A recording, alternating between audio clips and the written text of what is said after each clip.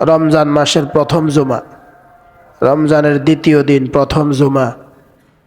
আল্লাহ তাআলা আমাদেরকে সদুন্নপুর মাদ্রাসার মসজিদের মধ্যে আগের ভাগে আসার তৌফিক দিয়েছেন। শুকরিয়া আদায় করি, সকলে বলি আলহামদুলিল্লাহ। রমজান মাস শুরু হয়ে গেছে। আল্লাহ তাআলা আমাদেরকে রমজান পর্যন্ত হায়াত দান করেছেন। নেয়ামতের শুকর আদায় করা দরকার।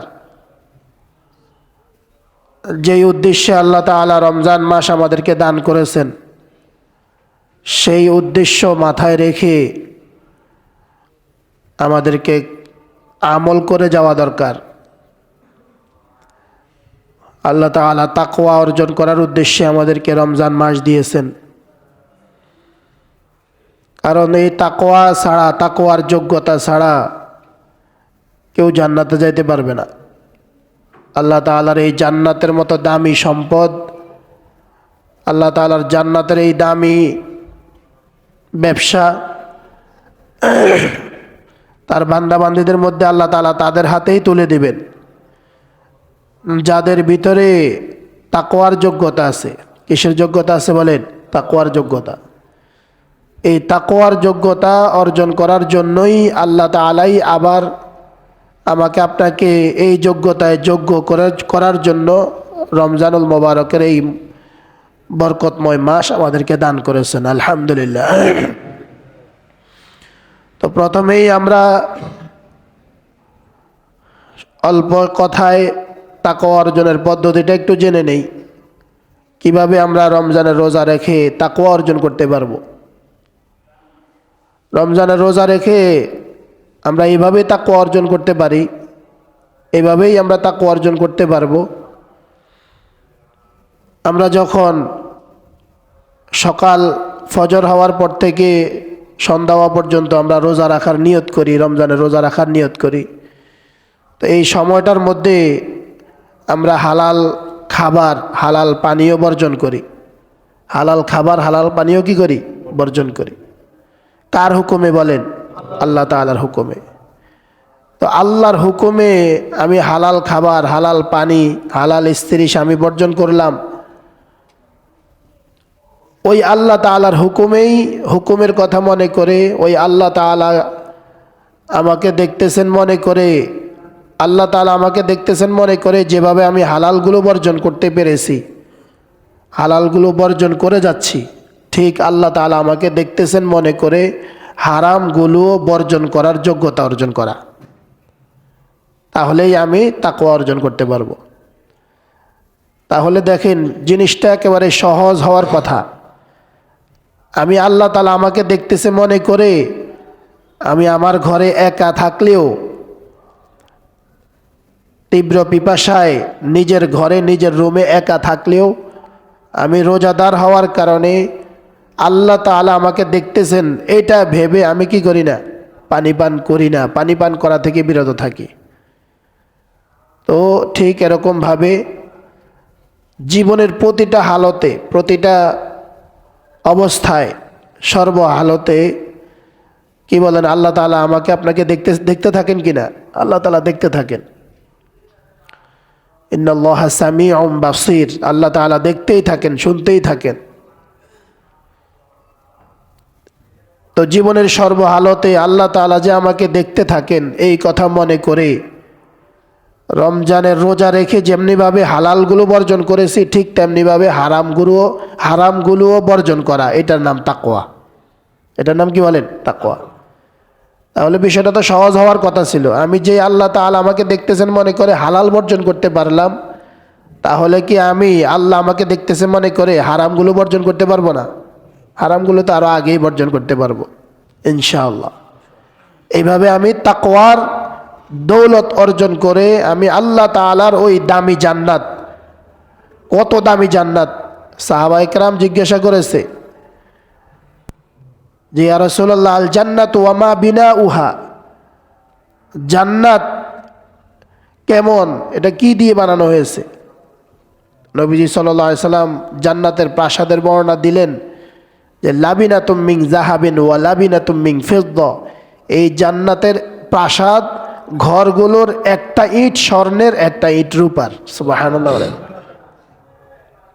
পুরো পৃথিবীর মধ্যে পাওয়া যাবে কারো ঘরের একটা ইট স্বর্ণের, একটা ইট রূপার? সবচাইতে ধনী মানুষটার ঘরেও পাওয়া যাবে? তাহলে চিন্তা করেন। ওয়া মিলাতুহা আল মিসক আল ইসখির, আর দুই ইটের মাঝে যে গাঁথুনি আছে ওই গাঁথুনি হবে সুগন্ধি মিস্ক। সুবহানাল্লাহ বলেন। সেখান থেকে মিস্কের ঘ্রাণ আসবে। পৃথিবীর মধ্যে সবচাইতে দামি সুগন্ধি, খুব বিরল, পাওয়াই যায় না। দুই একটা হয়তো সন্ধান পাওয়া গেলে যাইতে পারে। আল্লাহ তাআলা জান্নাতের সেই মিস্কের নমুনা দেখানোর জন্য, নমুনা বোঝার জন্য, বা নবীজি সাল্লাল্লাহু আলাইহি ওয়াসাল্লাম যে আমাদেরকে বোঝানোর জন্য বলেছেন সেটা দেখানোর জন্য হয়তো দুই একটা কি নজির দিয়ে রাখছেন। তো দুইটা ইটের গাঁথনি হবে কি বলেন? মিস্ক, সুগন্ধি মিস্ক। ওয়া হাসবাউহা আল লুলু, এরপরে এই প্রাসাদের যে ঢালাই হবে, ঢালাইয়ের জন্য কনক্রিট লাগবে না, এই কনক্রিট হবে মণিমুক্তা। সুবহানাল্লাহ বলেন। কনক্রিট হবে কি বলেন? মণিমুক্তা। আমাদের মধ্যে যারা ঢালাই পাথর দিয়ে করতে পারে, তো মানুষ বলে যে পাথর দিয়ে ঢালাই দিছে। কি দিয়ে ঢালাই দিছে? পাথর দিয়ে ঢালাই দিছে। কিন্তু জান্নাতের ঢালাই হবে কি বলেন? ইয়াকুত, লুলু, দামি দামি মণিমুক্তা। সুবহানাল্লাহ বলেন। ও তারিবাতুহা আজ-জাফরান, এটার মাটি, জান্নাতের মাটি হবে জাফরান। সুবহানাল্লাহ বলেন। দুনিয়াতে জাফরান নাম শুনেছি আমরা, এই সামান্য আঁশের মতো, এই একটু সামান্য 1 গ্রাম 2 গ্রামের দামে নাকি কত টাকা? 100 টাকা, 200 টাকা 1 গ্রাম। 1 গ্রাম নেই বলে কত? 1000 গ্রামে না, না আরো বেশি? 1 গ্রামের দাম 400, মানে লক্ষ টাকার উপরে কেজি। চিন্তা করেন। আর জান্নাতের মাটি, পুরা মাটি হবে এই জাফরানের। সুবহানাল্লাহ বলেন। জান্নাতের মাটি হবে কি বলেন? জাফরান। মাইয়াদখুলুহা ইয়ানআমু ওয়ালা ইয়াবআস, যে একবার এখানে ঢুকতে পারবে সে জীবনে আর কোনো দিন সে দুঃখ পাবে না, আর সে চিরদিনের জন্য সুখময় জীবন লাভ করবে। সুবহানাল্লাহ বলেন। কখনোই আর কি আসবে না? দুঃখ আসবে না, কখনোই দুঃখ আসবে না। ওয়াখলুদু, চিরদিন থাকবে। ওয়ালা ইয়ামুতু, কখনোই মরবে না। ওয়ালা ইয়াবলা সিয়াবুহুম, এবং তার কাপড় চোপড় কখনোই পুরাতন হবে না। সুবহানাল্লাহ বলেন। তো বলবেন হুজুর এক আইটেম, এক ডিজাইনে তো ভালো লাগবে না। তো ডিজাইন পরিবর্তনের সুযোগ থাকবে, তবে পুরাতন হবে না। সুবহানাল্লাহ বলেন। মডেল পাল্টানো যাবে, কিন্তু কি হবে না? পুরাতন হবে না। ওয়ালা ইয়াবলা সিয়াবুহুম ওয়ালা ইয়াফনা শাবাবুহুম, আরো মজার বিষয়, যৌবন কখনো শেষ হবে না।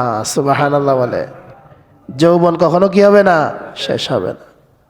আর আফসোস করা লাগবে না, হায় রে জওয়ানকালে কত কিছু খাইছি, লোয়া খাইয়া হজম করে ফেলছি, এই আফসোস করা কি আর লাগবে না। ওয়ালা ইয়াফনা শাবাবুহুম, ওই জান্নাতে যাওয়ার পরে আর কোনোদিন কি হবে না? যৌবন শেষ হবে না, আর কোনোদিন যৌবন শেষ হবে না। তো এই দামি জান্নাত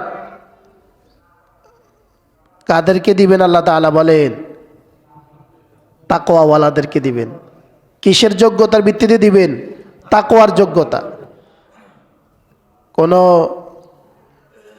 দুনিয়ার কোনো পিএইচডি ডিগ্রির অধিকারী না, না কোনো প্রফেসর না, কোনো ইঞ্জিনিয়ার না, ডাক্তার না, মুফতি সাহেব না, মুহাদ্দিস সাহেব না, এমন একটা যোগ্যতার কথা আল্লাহ তাআলা বলেছেন, ওই যোগ্যতার অধিকারী একেবারেই সাধারণ থেকে সাধারণ, বিশেষ থেকে বিশেষ, যেই কোনো ধরনের, যেই কোনো পেশার, যেই কোনো যুগের মানুষ ওই যোগ্যতা অর্জন করে এই জান্নাতের মালিক হয়ে যেতে পারে। সুবহানাল্লাহ বলেন। এটার নাম হলো কিসের যোগ্যতা বলেন? তাকওয়ার যোগ্যতা। একেবারেই কুড়ে ঘরে থাকে, ঝুপড়ির মধ্যে থাকে, সনের ঘর এখন তো আর নাই, একেবারেই নিম্নমানের, একেবারেই নিম্ন শ্রেণী, সমাজের মধ্যে ধন দৌলতের দিক থেকে একেবারেই নিচু মানের, কিন্তু এই ঘরে থেকেও কি করতে পারে? তাকওয়ার দৌলত, তাকওয়ার যোগ্যতা অর্জন করে নিজে জান্নাতের মালিক হয়ে যেতে পারে। আবার সমাজের নেতা হয়েও, সমাজের সর্বোচ্চ নেতা হয়েও তাকওয়ার দৌলত অর্জন না করার কারণে জান্নাত লাভের কোনো কি নাই, সুযোগ নাই। রাসূল করিম সাল্লাল্লাহু আলাইহি সাল্লামের দাওয়াত পেয়ে তো গোলাম বেলাল রাদিয়াল্লাহু তাআলা আনহু তাকওয়ার দৌলত অর্জন করেছেন। তো দুনিয়া থাকতেই রাসূল করিম সাল্লাল্লাহু আলাইহি সাল্লাম মেরাজের রাতে এই বেলালের জান্নাতের কদমের আওয়াজ শুনে আসছে, সুবহানাল্লাহ। আর ওই গোলামের নেতা উমাইয়া ইবনে খালফ, তার অবস্থা কি হয়েছে? নেতা হয়েছে কিন্তু তাকওয়া ছিল না। কি ছিল না? নবীজির দাওয়াত কবুল করে নাই, তাকওয়ার যোগ্যতা অর্জন করতে পারে নাই। কি বলেন না, জান্নাতে গেছে, জান্নাতে যাইতে পারবে? দুনিয়া থাকতেই বদরের যুদ্ধে নির্মমভাবে অপমানিত, চূড়ান্ত অপমানিত হয়ে এরপরে বদরের ওই ময়লা ডাস্টবিন ফেলার যেই কূপ আছে, বদরের কূপ, যেই কূপের নামে বদর, এই বদরের প্রান্তের ওই কুয়ার মধ্যে নিক্ষিপ্ত হয়েছে। নাউজুবিল্লাহ বলেন। ওই নেতা আবু লাহাবের কি অবস্থা হয়েছে? ওই নেতা আবু জেহেলের অবস্থাও একই হয়েছে। তাহলে এই একটা যোগ্যতা আল্লাহ তাআলা দিয়ে দিলেন, আমার এই জান্নাত আমি তাকেই দিব যার ভিতরে আমি তাকওয়ার যোগ্যতা, তাকওয়ার দৌলত দেখতে পাবো। সুবহানাল্লাহ বলেন। ওয়াতিলকাল জান্নাতুল্লাতী নুরিসু মিন ইবাদিনা মান কানা তাকিয়া। আল্লাহ তাআলা বলেন, এ শোনো বান্দাবান্দিরা, এই জান্নাত, আমার ওই জান্নাত আমি তাকেই দিব যার ভিতরে আমি তাকওয়া দেখতে পাবো। সুবহানাল্লাহ বলেন। এই তাকওয়া অর্জন করার জন্যই আল্লাহ তাআলা কি দিলেন? এই রমজান মাস দিয়েছেন। তাহলে আমাদেরকে এক নম্বরে কি করতে হবে বলেন? এই রমজানকে কাজে লাগিয়ে তাকওয়ার দৌলত অর্জন করতে হবে। তাহলে কিভাবে করব? আমি এই কথা চিন্তা করে করে যে এক মাস রোজা রাখতেছি, যে আমাকে আল্লাহ তাআলা দেখতেছেন, দুনিয়ার কেউ আমাকে দেখে না, আমাকে আল্লাহ দেখতেছেন মনে করে আমি হালালগুলো বর্জন করতে পারতেছি। তো আমি ওই মানুষটা, আমি ওই বান্দা, আমি ওই বান্দি, অবশ্যই আল্লাহ আমাকে দেখতেছে মনে করে আমি হারামগুলো কি করে যাব? বর্জন করে যাব। এভাবেই আমি তাকওয়ার দৌলত অর্জন করে আমি মুত্তাকি হয়ে, যেই জান্নাত আল্লাহ মুত্তাকিদের জন্য বানিয়েছেন, আমি ওই জান্নাতের মালিক হয়ে যাব। উইদ্দাত লিল মুত্তাকিন, আল্লাহ তাআলা ওই জান্নাত কাদের জন্য বানিয়েছেন? মুত্তাকিদের জন্য বানিয়েছেন। তো এইভাবে আল্লাহ তাআলা আমাদেরকে রমজান পর্যন্ত হায়াত দিয়েছেন। এখন আমাদের কাজ হলো কি বলেন? শুকর আদায় করা, কদর করা, খুব কাজে লাগানো। একটা মুহূর্ত সময় যেন আমাদের নষ্ট না হয়। আগামী রমজান পর্যন্ত আবার এক বছর পরে হায়াতে বাঁচে থাকতে পারবো কি পারবো না, যেখানে আমাদের এক নিঃশ্বাসের কি নাই, এক নিঃশ্বাসের ভরসা নাই। নবীজি সাল্লাল্লাহু আলাইহি ওয়াসাল্লাম তো এইটাই বলেছেন, আমি যখন ডান দিকে সালাম ফিরাই তো বাম দিকে সালাম ফিরাইতে পারবো কিনা আমার এই আশা নাই। আমাদের মৃত্যু তো আমাদের এতটাই কাছে, এতটাই কাছে, এতটাই কাছে। তো সে আল্লাহ তাআলা আমাদেরকে রমজান দিয়েছেন, রমজানের প্রতিটা মুহূর্ত, আমাদের ভাইয়া মুফতি মোশতাক নবী ভাই বলেন না, রমজানের এক একটা সেকেন্ডের দাম রমজানের বাইরে 1000 সেকেন্ড, লক্ষ সেকেন্ডের চাইতেও বেশি। অনেক দামি, অনেক দামি, অনেক দামি। এমনিতেই তো আল্লাহ তাআলা 70 গুণ বাড়িয়ে দেওয়ার কি দিয়েছেন? ঘোষণা দিয়েছেন। 70 গুণ বাড়িয়ে দেওয়ার ঘোষণা দিয়েছেন। সুবহানাল্লাহ বলেন। ইউগনিকুমুল্লাহু ফি, নবীজি সাল্লাল্লাহু আলাইহি ওয়াসাল্লাম ঘোষণা ইরশাদ করেছেন, শাহরু বারাকাতিন ইউগনিকুমুল্লাহু ফি, বরকতের মাস, আল্লাহ তাআলা এই মাসে তোমাদেরকে ধনী বানায়া দেন। সুবহানাল্লাহ বলেন। তাহলে আখিরাতে ধনী তো হইলাম, ওই কি পরিমাণ ধনী, 1-70। তো আসলে রমজানের বাহিরে তো 1-10, আর রমজানের ভিতরে 70। আসলে 70 মানে 700, 70 মানে কত? কারণ আল্লাহর কাছে 1 মানে হলো 10, আল্লাহর কাছে 10-এর নিচে কোনো কি নাই, অঙ্ক নাই। তাহলে আল্লাহ তাআলার কাছে 1 মানে 10, রমজান হলো 70, 70 পূরণ 10 কত হয়েছে? 700। সুবহানাল্লাহ বলেন। এটা তো কমপক্ষে অন্যান্য আমলের বিনিময়ে, অন্যান্য আমলের পুরস্কার রমজানে আল্লাহ তাআলা কমপক্ষে 700 গুণ পর্যন্ত দান করেন। এরপরে উপরে দিতে দিতে দিতে দিতে কি পরিমাণ দিবে, এক পর্যায়ে রোজার ব্যাপারে ঘোষণাই আছে আল্লাহর পক্ষ থেকে, এই আমার বান্দা এটা আমার জন্য করছে, ফেরেশতা তোরা এটার পুরস্কার দিতে পারবি না, এটার পুরস্কার আমি নিজের হাতে দিব। সুবহানাল্লাহ। অথবা আমি নিজেই তার পুরস্কার হয়ে যাব। الصوم لي وأنا أجزي به أو قال أجزى به أو كما قال عليه الصلاة والسلام।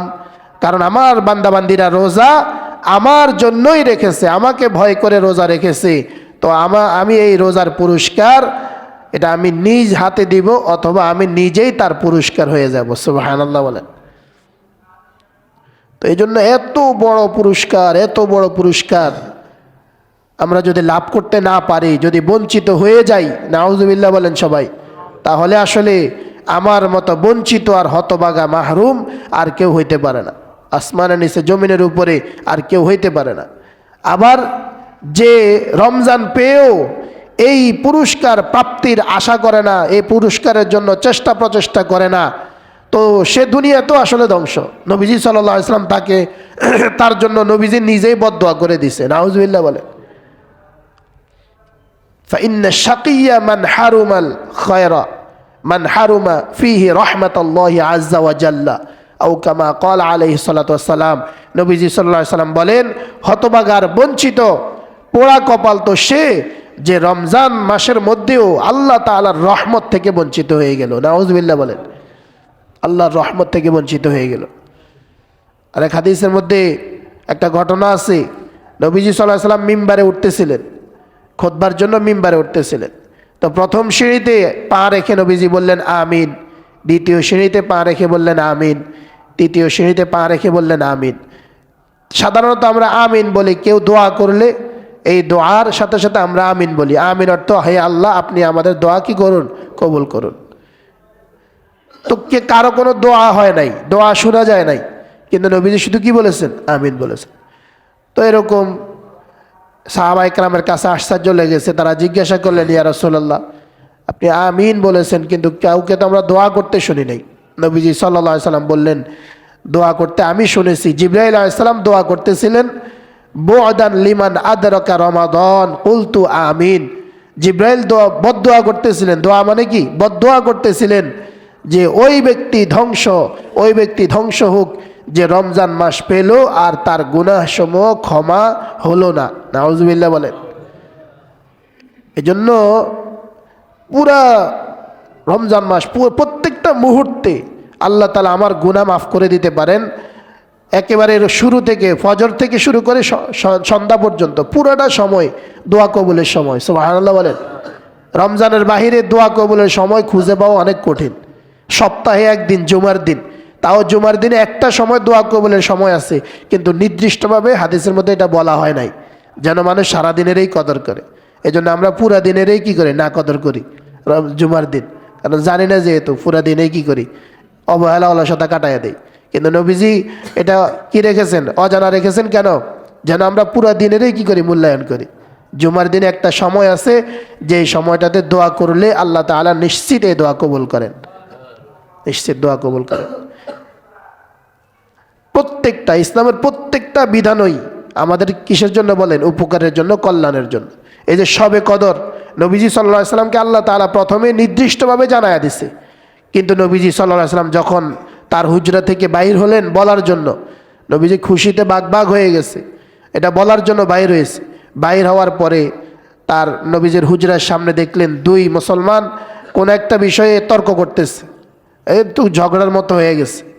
নবীজি সাল্লাল্লাহু আলাইহি সাল্লাম এই দৃশ্য দেখার পরে এই ভুলে গেছে নবীজি কোন দিন নির্দিষ্টভাবে এটা আল্লাহ তাআলা উঠায় আনিস, আল্লাহ তাআলা কি বলেন, উঠায় আনিস, এটা আর নবীজি বলতে পারেন নাই। এরপরে নবীজি বলেছেন, যাও তবে তোমরা রমজানের শেষ দশকের বেজোড় রাত্রিগুলোতে শবে কদর তালাশ করো। এটাও আমাদের জন্য কল্যাণকর, এটাও কি বলেন, এটাও আমাদের জন্য কল্যাণকর। কি পরিমাণ, কিভাবে কল্যাণকর, মুহাদ্দিসিন ইকরাম বলেছেন, যদি নির্দিষ্ট থাকতো তাহলে বান্দাবান্দিরা এক রাত্রে শবে কদরে তালাশে ইবাদত করত আর একটা শবে কদরেই পাইতো। আর এখন 5 রাত্রের মধ্যে অনির্দিষ্ট হয়ে যাওয়ার কারণে বান্দাবান্দিরা 5 রাত্রেই শবে কদরের তালাশে ইবাদত করবে, তো এক রমজানে সে 5 শবে কদরে ইবাদতের সওয়াব পেয়ে যাবে। সুবহানাল্লাহ বলেন। কারণ সে প্রত্যেক রাত্রেই কি করবে, শবে কদরের নিয়তেই ইবাদত করবে। কোন রাত্রিতে হবে এটা তো সে জানে না, যার কারণে 5 রাত্রে ইবাদত, 5টা শবে কদরে ইবাদতের সওয়াব পেয়ে যাবে। কিন্তু আমরা কি করতেছি বলেন, অনির্দিষ্ট, যেহেতু অনির্দিষ্ট জানা নাই, থাক আমি বাজারে বাজারে ঘুরি, 29তম রাত্রে কোথায় ঘুরতেছে? বাজারে বাজারে ঘুরতেছে। বাজার সবচাইতে নিকৃষ্ট জায়গা, শবে কদরের মতো, শবে কদরের মতো এত মর্যাদা। এই উম্মতের বৈশিষ্ট্য শবে কদর। এই উম্মতের কি বলেন? এই উম্মতের বৈশিষ্ট্য, এই উম্মতের মর্যাদা, অনেকগুলো মর্যাদা। এর মধ্যে উম্মতের মর্যাদার মধ্যে সবচেয়ে বড় মর্যাদা হইল এই উম্মতকে আল্লাহ তাআলা কি দিয়েছেন? শবে কদর দিয়েছেন, লাইলাতুল কদর দান করেছেন। যেই রাত্রিতে আল্লাহ তাআলা কোরআন নাজিল করেছেন, ওই রাত্রিকে আল্লাহ তাআলা এমন দামি বানায় দিছে, উম্মতের জন্য ঘোষণা দেওয়া হয়েছে যে এক রাত্রিতে ইবাদত করবে তো সে 1000 মাস আর বছরের হিসাবে 83 বছর 4 মাস ইবাদতের চাইতেও বেশি বেশি ইবাদতের সওয়াব সে পেয়ে যাবে। বেশি সওয়াব পেয়ে, আর বেশির পরিমাণ কি আসলে আল্লাহ ছাড়া কেউ জানে না। সুবহানাল্লাহ বলেন। তাহলে যদি মনে করেন কি পরিমাণ পুরস্কার, কি পরিমাণ আমাদেরকে আল্লাহ তাআলা দিতে চান। পূর্বের নবীদের উম্মতেরা তারা অনেক লম্বা লম্বা হায়াত পেয়েছে, কেউ 1000 বছর 1200-1300 বছর হায়াত পাইছে। তো এই লম্বা হায়াত নিয়ে তারা ইবাদত বন্দেগী করে তাদের জান্নাত কত সুন্দর হবে। সাহাবায়ে কেরাম একদিন বসে বসে এটা নিয়েই দুঃখ করতেছেন যে আমাদের হায়াত মাত্র 60-70 বছর, এত বড় জান্নাত আমরা কিভাবে সাজাবো। আর পূর্বের জাতি তারা 1000-1500 বছর হায়াত পাইছে, তারা জান্নাতকে কত সুন্দর করে সাজায়া গেছে, আর আমরা মাত্র 60-70 বছর। এই সাহাবায়ে কেরামের আফসোস, ওইদিকে আল্লাহ তাআলা সাহাবায়ে কেরামের এই আফসোসকে কবুল করে সেটা থেকে মুক্তির ব্যবস্থা করে এই অফার দিয়া শবে কদরের এই লাইলাতুল কদর, সূরা কদর আল্লাহ তাআলা নাজিল করে দিলেন। সুবহানাল্লাহ বলেন। শবে কদর সম্পর্কে জানিয়ে সূরা কদর নাজিল করে দিলেন। এবার এক রাত্রে তুমি ইবাদত করো, তোমাকে পুরা 1000 মাস ইবাদতের চাইতেও বেশি পুরস্কার দিয়ে দেওয়া হবে। তাও আবার সেটাকে আবার কিভাবে সাজাইছে নবীজি সাল্লাল্লাহু আলাইহি ওয়াসাল্লামের মাধ্যমে, যে রমজানের শেষ 5টা রাত্রি, বেজর রাত্রি 5 রাত্রিতে ইবাদত করবে, এক রমজানে 5 লাইলাতুল কদরে ইবাদতের সওয়াব পেয়ে যাবে। সুবহানাল্লাহ বলেন। তাহলে 5 রাত্রে ইবাদত করলে এবার কত হবে? 5000 মাস। কত মাস? 5000 মাস। তাহলে 80 বছর হিসাবে 400 বছর। কত বছর? 400 বছর। 400 আরো বেশি, 400 আপনার ওইদিকে কত 3 বছর করে আরো হিসাব করেন না, এই 400 বছর তো হইলে 80 বছর করে হিসাব করলে না। এরপরে 3 5 15, 415, 400 কি বলেন 15, আবার 4 মাস করে এই হিসাব করেন না, 4 মাস আবার বাড়তি 4 মাস আছে না। আচ্ছা 415ই ধরলাম। তাহলে 415 বছর এক রমজানে শুধু 5 রাত্রিতে ইবাদত করে 415 বছর ইবাদত করলে যেই সওয়াব, এর চাইতেও বেশি সওয়াব অর্জন করতে পারবো। সুবহানাল্লাহ বলেন। এর সমান না তো, বেশি বেশি। লাইলাতুল কদরি খায়রুম মিন আলফি শাহর। এক রাতের দাম আল্লাহর কাছে কি বলেন? 1000 মাসের চাইতেও বেশি। তাহলে এবার চিন্তা করেন, 415 বছর এক রমজানেই পেলাম, তাহলে কেউ যদি 10 রমজান পায় তাহলে এবার কত বছর? সুবহানাল্লাহ বলেন। এবার তো এখানে 4000 বছর হয়ে যাবে। কত বছর হয়ে যাবে? 4000 বছর হয়ে যাবে। তাহলে এটা উম্মতের কত বড় বৈশিষ্ট্য বলেন। তাহলে অনির্দিষ্ট করে দেওয়া আমাদের জন্য কল্যাণ হইলেও কি হইল না বলেন? আমাদের জন্য আরো বেশি কল্যাণ হয়ে গেছে। সুবহানাল্লাহ বলেন। তাহলে কি শুধু 27শে রমজান, 27 তারিখ রমজানের 27তম রাত্রি, শুধু এই রাত্রি শবে কদরের তালাশে ইবাদত করে বাকি দিনগুলা বাজারে বাজারে ঘুরবো নাকি? আবার এটা অনির্দিষ্ট, মানে প্রত্যেক বছর প্রত্যেক রমজানে কিন্তু এক দিনে থাকে না, এটা ঘুরে। এটা কি বলেন? কখনো 21, কখনো 23, কখনো 25, কখনো 27, কখনো 29, এক এক সময় এক এক রাত্রিতে হয়। অনেক আল্লাহওয়ালা বুজুর্গরা তারা বুঝতে পারেন এই বছর এত তারিখে হয়েছে, এই বছর এত তারিখে হয়েছে। তো এটা ঘুরতে থাকে। এটা কি বলেন? ঘুরতে থাকে। তো এই জন্য আমরা আমাদের এই রমজানকে কাজে লাগিয়ে কি পরিমাণ নেকি অর্জন করতে পারবো, আমাদের জান্নাত কি পরিমাণ সাজাইতে পারবো বলেন। আল্লাহর কাছে 2 মাস আগ থেকে কাঁদতেছিলাম, দোয়া করতেছিলাম যে আল্লাহ আমাদেরকে রমজান পর্যন্ত হায়াত দেন। বলেন রমজান পর্যন্ত হায়াত কে দিয়েছেন? তাহলে এবার কি অলসতা শুরু হবে, নাকি আমার কাজের গতি বাড়তে থাকবে, আমার আমলের গতি বাড়বে, নাকি আরো কমবে? তো এই জন্য আল্লাহর পক্ষ থেকে ঘোষণাও আছে। নবীজি সাল্লাল্লাহু আলাইহি সাল্লাম বলেন, এই রমজানে আল্লাহর পক্ষ থেকে একজন ঘোষক ঘোষণা দিতে থাকে, ইয়া বাগিয়াল খাইরি আকবিল ওয়া বাগিয়াশ শাররি আকসির, হে কল্যাণকামী তুমি কল্যাণ কাজে এগিয়ে যাও, হে গুনাহের প্রতি আগ্রহী মন তুমি গুনাহ থেকে বিরত থাকো, তুমি গুনাহ থামিয়ে দাও, গুনাহ বন্ধ করে দাও, গুনাহ বন্ধ করে দাও। তো এই জন্য যদি অর্জন করতে না পারি, যদি অর্জন করতে না পারি, তাহলে সে কি বলেন, বঞ্চিত না, শুধু সেরা বঞ্চিত, ভয়ঙ্কর বঞ্চিত। আচ্ছা মনে করেন একজনকে, দুইজনকে বাংলাদেশ সরকারের পক্ষ থেকে টাকা বানানোর মেশিন দেওয়া হয়েছে। কি বানানোর? 1000 টাকার নোট বানানোর মেশিন দেওয়া হয়েছে দুইজনকে। কয়জনকে? দুইজনকে। বাস একজনে মেশিনটা নিয়ে বানানো শুরু যে করছে, এটা আর বন্ধ করছে না। কি করছে না? বন্ধ করছে না। আর আরেকজনে চিন্তা করছে যাক 1 মাসের জন্য দিছে, আর এখনো সময় আছে, এখনো কি আছে? সময় আছে। সে বানাবে বানাবে করে করে করে করে অলসতা অবহেলা করে করে 1 মাস শেষ হয়ে গেছে। 1 মাস কি হয়ে গেছে বলেন? শেষ হয়ে গেছে। এবার যে এই 1 মাস সময় কাজে লাগাইয়া সে 1000 টাকার নোট বানাইছে, এবার 1 মাস বানানোর পরে তার বলেন 1000 নোট টাকা কি পরিমাণ হবে? কি পরিমাণ হবে? আর যে অবহেলা অলসতা করে সময় কাটাইয়া দিছে, এবার বলেন তো দেখি এবার তার আফসোসটা কেমন হবে 1 মাস পরে? অন্যরা তাদের জন্য কেমন আফসোস করবে? তার নিজের আফসোসটা তো থাকবেই, অন্যরা তার জন্য আফসোসটা কেমন হবে? আহারে বেকুব রে, আহারে পাইল না রে। আচ্ছা বলেন এমনই কি কোনো বেওকুফ আছে যাকে সরকার যদি টাকা বানানোর মেশিন দেয় সে অলসতা করে বসে থাকবে, টাকা বানাবে না? আসেনি এমন কোনো বেকুফ? দুনিয়ার ব্যাপারে কি এমন কোনো নির্বোধ পাওয়া যাবে? পাগল হলে ভিন্ন কথা, প্রতিবন্ধী, এই আপনার ব্রেন প্রতিবন্ধী মনে করেন, মস্তিষ্ক প্রতিবন্ধী, ব্রেন নাই, সব ঠিক আছে কিন্তু কি নাই? ব্রেন নাই, ড্রেনের পানি খাইতেছে উঠাইয়া, ডাস্টবিন থেকে কুকুরের মুখে থেকে কাড়ি খানা খাইতেছে। এরকম যদি পাগল হয় তাহলে ভিন্ন কথা, কিন্তু সাধারণ সামান্য বুদ্ধি আছে, টাকা চিনে যে, সে এরকম টাকা বানানোর মেশিন পাইয়া কি করবে বলেন? এটা অবহেলা করবে? অলসতা করবে? High high high high. কিন্তু আমরা আখিরাতে যারা বিশ্বাস করি, পরকাল বিশ্বাস করি, আখিরাতের নেকি এখানে আল্লাহ তাআলা 70 গুণ না 700 গুণ পর্যন্ত বাড়ায় দিতেছে, কমপক্ষে 700 গুণ দিতেছে। এই রমজান মাস 1 মাস সময়, কয় মাস সময়? 1 মাস সময়।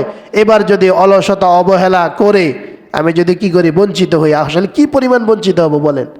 এই জন্য নবীজি সাল্লাল্লাহু আলাইহি ওয়াসাল্লাম বদদোয়া করে দিছে, জিবরাইল বদদোয়া করে দিছে, আরে তোরে দিয়ে আর কোনো কাজ হবে না, তুমি শেষ, তুমি শেষ, তোমার দিয়ে আর কি হবে না?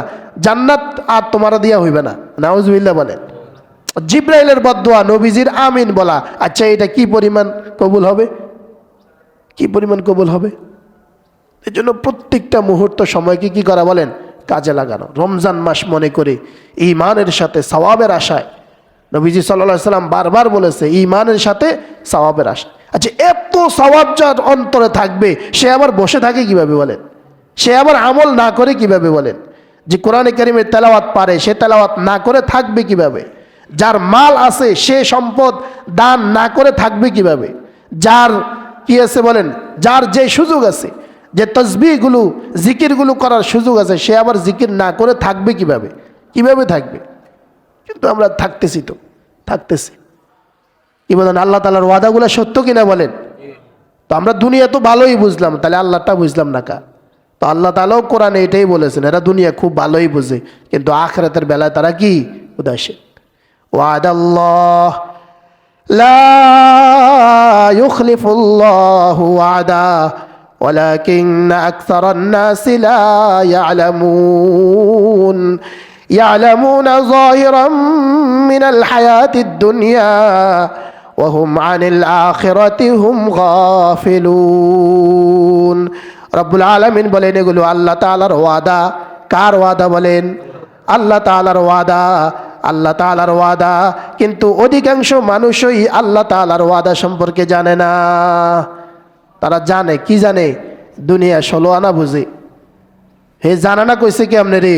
তার এমন জানা আছে, তার প্ল্যানে, তার পরিকল্পনায় 100 তালা এই নরম মাটির মধ্যে 100 তালা খাড়াইয়া যা। হে জানে কি? জানে না। তো কি জানছি? দুনিয়া 16 আনা বুঝছে। দুনিয়া কি বলেন? ষোলো আনা বুঝছে, সে হাজার হাজার টন সহকারে সে বিমান বানাইয়া আকাশে উড়াইয়া দিতেছে, সে হাজার হাজার টন লোহা দিয়া পানিতে ভাসাইয়া দিতেছে জাহাজ বানাইয়া। কিন্তু আখিরাতের বেলায় তার জবান দিয়ে একবার কি আসে না, সুবহানাল্লাহ আসে না। তো আল্লাহ তাআলা বলেন, হে জানে তো, দুনিয়া ভালোই জানে কিন্তু আখিরাত কি জানে না।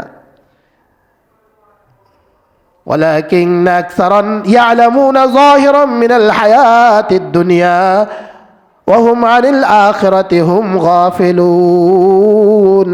তারা দুনিয়া ষোলো আনা বুঝে, কিন্তু আখিরাতের বেলায় তারা অলসতায় আর উদাসীনতায় রয়েছে, গাফলতের মধ্যে ডুবে আছে। যারা জানে অলসতা করে না, যারা জানে না মূর্খতার কারণে করে না। ঠিক কিনা বলেন? এজন্য বাস আমলের মধ্যে আমাদের সময়গুলো কাটানো। নবীজি সাল্লাল্লাহু আলাইহি সাল্লাম বলেছেন, এরপরে আল্লাহ তাআলা এত এত সুযোগ দিয়া জান্নাতের দরওয়াজা সমূহ খুলে দিছে, জাহান্নামের দরজা বন্ধ করে দিছে, শয়তানকে বেঁধে রাখছে, 1-700 পর্যন্ত ঘোষণা দিয়ে দিছে, একদম নিজেকে পুরস্কার হিসেবে ঘোষণা দিয়ে দিছে।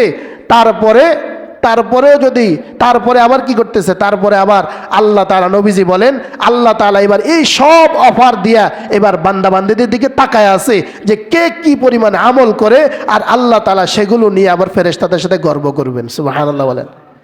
ইয়ানজুরুল্লাহু ইলা নাফায়ুসিকুম ফি, নবীজি সাল্লাল্লাহু আলাইহি সাল্লাম বলেন, এই রমজান মাসে তোমাদের আমলের ব্যাপারে প্রতিযোগিতার দিকে আল্লাহ তাআলা তাকায় আছে। ইয়ানজুরুল্লাহু ফীহি লা নাফায়ুসিকুম ফারুল্লাহা মিন আনফুসিকুম খায়রা। অতএব তোমরা তোমাদের নিজেদের পক্ষ থেকে আল্লাহ তাআলাকে তোমাদের আমলের প্রতিযোগিতা দেখাইতে থাকো। ভোর রাত্রে উঠে সাহারি খাবে, এবার তুমি আরো 2 ঘন্টা আগে উঠে যাও, 4:30 বাজে উঠে সাহারি খাইলেও তো হয়ে যায়, তুমি 3টার সময় উঠে যাও, 3টার সময় উঠে এবার আল্লাহ তাআলাকে প্রতিযোগিতা দেখাও। যারা 3টার সময় উঠে তাহাজ্জুদের নামাজ আদায় করে তাদের সাথে এবার তুমি প্রতিযোগিতা দাও। হায় আমার ভাইয়েরা, আল্লাহর কসম, এদিকে আমি আমল করব, কোরআনে কারীমের তেলাওয়াত করব, জিকির করব, তাহাজ্জুদের নামাজ আদায় করব, ওইদিকে আল্লাহ তাআলা তার ফেরেশতাদেরকে ডেকে নিয়ে আমার ব্যাপারে গর্ব করবে। আল্লাহ তাআলা বলবে, তোরা না বললি আমার এই বান্দাবান্দিরা দুনিয়াতে পাঠানোর পরে হানাহানি মারামারি কাটাকাটি করবে, এখন কি দেখোস না আমার বান্দা 4:30 বাজে উঠে সাহারি খাইতেও পারতো, কিন্তু 3টা বাজে উঠে এখন আমার সামনে দাঁড়ায় গেছে। সুবহানাল্লাহ বলেন। ফেরেশতাদের সাথে গর্ব করবে। ওয়ায়ুবাহি বিকুম মালাইকাতাহু, তোমাদেরকে নিয়ে ফেরেশতাদের সাথে গর্ব করতে থাকে। সুবহানাল্লাহ বলে। তাহলে এত কিছুর পরে যে করবে না, তো নবীজির জন্য বলেই দিলেন, রহমতের নবী কি পরিমাণ রাগান্বিত হলে বলতে পারে, ফা ইন্না শাকিয়্যা মান হারুমাল খায়রাত ফিহি মান হারুমা ফিহি রাহমাতুল্লাহি আযজা ওয়া জাল্লা। বঞ্চিত, হতভাগা, শাকি, হতভাগা। পরকালে কিন্তু 2টা অপশন, হয় সাঈদ না হয় শাকি, হয় সৌভাগ্যবান না হয় দুর্ভাগা, হতভাগা, এই 2টার বাহিরে নাই। তো নবীজি বলেই দিলেন, এত অফার জান্নাতে যাওয়ার জন্য, এত অফার, এত সুযোগ, তারপরেও পাইল না, তো সে হতভাগা হবে না, সে বঞ্চিত হবে না, তো আর কে হবে? এজন্য রমজান মাস খুব কদর করি।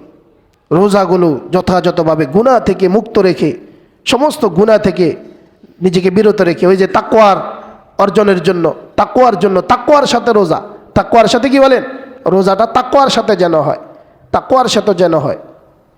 কারণ এই তাকওয়ার সাথে রোজা না হলে শুধু কি হবে বলেন, এই পুরস্কারগুলো আর পাওয়া যাবে না, শুধু এই পিপাসাই হবে, শুধু খানা থেকে বিরত থাকাই হবে। নবীজি সাল্লাল্লাহু আলাইহি সাল্লাম, বুখারী শরীফের হাদিস, নবীজি বলেছেন, মাল্লাম ইয়াদা কাওলা যুরি ওয়াল আমালা বিহি ফালাইসা লিল্লাহি হাজাতুন ফি আইয়াদা তাআমাহু ওয়া শারাবা। যে মিথ্যা কথা বলা বর্জন করতে পারলো না, অন্যান্য গুনাহ সমূহ বর্জন করতে পারলো না রোজা রেখে, তো আল্লাহ তাআলার কাছে তার এই রোজা রেখে খানা বর্জন করাতে আর পানি বর্জন করাতে আল্লাহর কোনো দরকার নাই, আল্লাহর কোনো লাভ নাই। নাউজুবিল্লাহ বলেন। বলেই দিস, এই তোর এই খানা বর্জন করা আর পানি বর্জন করা, আল্লাহ যেন বলে আমার দরকার নাই এটা। নাউজুবিল্লাহ বলেন। তুই হালাল বর্জন করতে পারলি কিন্তু হারাম বর্জন করলি না, এটা কেমন কথা হইল? এটা কি যুক্তিতে হইল? সাআ মা ইয়াহকুমুন। এটা তো একটা বিচার, কেমন বিচার হইল? এটা কি বিচার হইল? হালাল বর্জন করলি আমার জন্য, কিন্তু হারাম বর্জন করলি না। তাহলে তোর এই রোজার আমার দরকার নাই। নাউজুবিল্লাহ বলে। বন্ধুরা, যেই পরিমাণ মানে গুরুত্ব বোঝানোর চেষ্টা আপনাদেরকে করেছি, নিজে যদ্দুরা জানছি, কিন্তু গুরুত্ব এর চাইতেও কোটি গুণে বেশি। ঠিক কিনা বলেন? এই রমজানের দাম, রমজানের পুরস্কার যা কিছু আমরা বলতে পারছি নিজের এলিম যোগ্যতা অনুসারে, কিন্তু এর চাইতেও কি বলেন কোটি কোটি গুণে বেশি। পরকালে যাইলেই চোখটা বন্ধ হইলেই বুঝে আসবে, চোখটা বন্ধ হইলেই বুঝে আসবে। ওয়াদ আল্লাহ, কার ওয়াদা বলেন? আল্লাহর ওয়াদা, আল্লাহর ওয়াদা। এই জন্য বিশেষ করে রমজান মাস কোরআনের মাস, কোরআনে কারিমের তেলাওয়াত যেন সবচাইতে বেশি হয়। কোরআনের তাফসিরের মজলিস থাকলে আশেপাশে অবশ্যই তাফসিরের মজলিসে শরীক হবো। আমাদের মসজিদে আলহামদুলিল্লাহ প্রত্যেক দিনেই জোহরের পরে তাফসির হবে। আমার ভাইয়া মুফতি মোশতাকুনি ভাইয়া ওমরা সফরে গিয়েছেন, ভাইয়া আসা পর্যন্ত আমাকে বলেছেন করার জন্য, আর ভাইয়া আসার পরে তো ইনশাল্লাহ ভাইয়া করবেন। ওই একেবারে প্রত্যেক পুরা মাসে ইনশাল্লাহ আমাদের এখানে চলবে। যারা আশেপাশে আছেন তারাও ইনশাল্লাহ, তাদের জন্য দাওয়াত থাকলো, তারাও চলে আসবেন। এরপরে কোরআনে কারিমের তেলাওয়াত যেন বেশি বেশি হয়, বেশি বেশি যেন তেলাওয়াত হয়। তারপরে কালেমায়ে তয়্যিবা, মনে করেন আপনি এই আজকে দিনে প্রত্যেক দিন কতবার করে পড়বেন, আগে একটা চার্ট তৈরি করবেন, প্ল্যান তৈরি করবেন যে আমি এতবার করে কালেমায়ে তয়্যিবা পড়া ছাড়া আমি কি করব না, আমি ঘুমাবো না। এরকম করে একটা নিয়ত করেন। এরপরে দুরূদ শরীফ কতবার পড়ব, সুবহানাল্লাহর জিকির কতবার করব, আলকির কতবার করব, লা হাওলা ওয়ালা কুওয়াতা ইল্লা বিল্লাহ এই জিকির কতবার করব, লা ইলাহা ইল্লাল্লাহ ওয়াহদাহু লা শারীকা লাহু লাহুল মুলকু ওয়া লাহুল হামদু ওয়া হুয়া আলা কুল্লি শাইইন কাদির এই জিকির কতবার করব। এইভাবে আমরা একটা কি নিয়ে করব, নির্ণয় করে নিব। আমরা একটা চার্ট, একটা সংখ্যা নির্ধারণ করে নিব। কারণ প্ল্যান পরিকল্পনা না করলে কোন ফাঁকে সময় চলে যাবে টেরও পাবো না। কিন্তু টার্গেট করলে 500 বার টার্গেট করে যদি 500 বার না পারি, কমপক্ষে 300 বারও তো হবে। 1000 বার টার্গেট করলে পুরাটা না হইলে কিছু কম হইলেও তো হবে। কিন্তু যদি টার্গেট না থাকে, সময় কোন ফাঁকে যাবে, কোন ফাঁকে শেষ হয়ে যাবে টেরও পাইব না। তো এই জন্য আগের থেকে প্ল্যান পরিকল্পনা করে নেব। এরপরে রমজান মাস, জাকাত আদায়ের জন্য আমরা রমজান মাস নির্ধারণ করে থাকি, কারণ সওয়াব বেশি হয়। যাদের সম্পদ আছে একেবারেই হিসাব কিতাব করে, যেই সম্পদ আছে পুরোটা হিসাব করে, এবং রানিং যেই ঋণ আছে ঋণটা বাদ দিয়া বাকিটা পুরোটার উপরে 40 ভাগের 1 ভাগ, শতকরা 2.5% হারে, আর ভাগ হিসেবে 40 ভাগের 1 ভাগ হিসেবে আমরা জাকাত দিয়ে দিব। এছাড়াও জাকাতের বাহিরেও নিজেদের সম্পদ থেকে বেশি বেশি রমজান মাসে দান করার মাধ্যমেও রমজানের কি করব বলেন, হক আদায় করব। এইভাবে প্রত্যেকটা নেক কাজে আমরা এগিয়ে যাই।